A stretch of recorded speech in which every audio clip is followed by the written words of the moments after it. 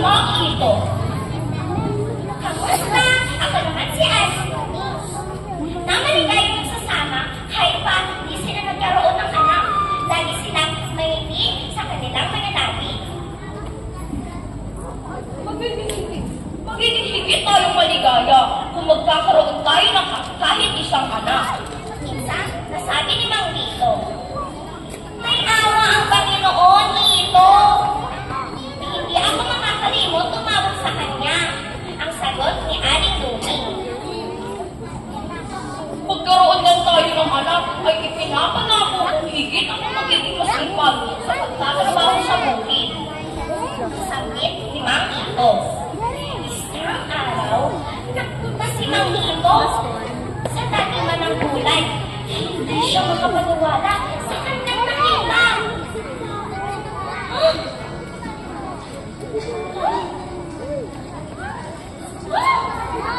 OMG! Isang pagkaan na lalaki, pagkahilog-hilog at dilaw-dilaw na kalibasa sa kanyang dinaraanan.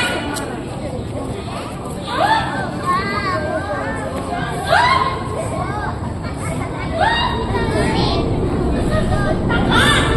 Saan ang galing ang kalabasang ito? Sabaw ni Mang Lito. Dali-dali dito si Mang Lito. Bitbit ang kalabasa.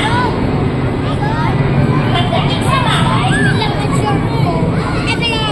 labis na nagtaka si Aling Lumi sa dalang kalabasa ng kanyang asawa. Huh? Ito! Ano ito? Wow! Kalabasa!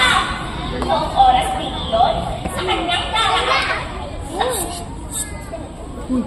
Noong oras din iyon, ipinabiyak ni Aling Lumi kay Mang Lito ang kalabasa.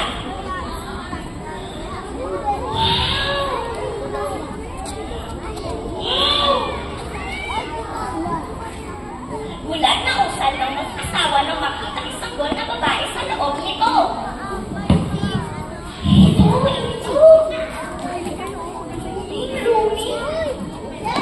Tuwang-tuwa ang mag-asawa nang tumitiyak ang sanggol sa kanila.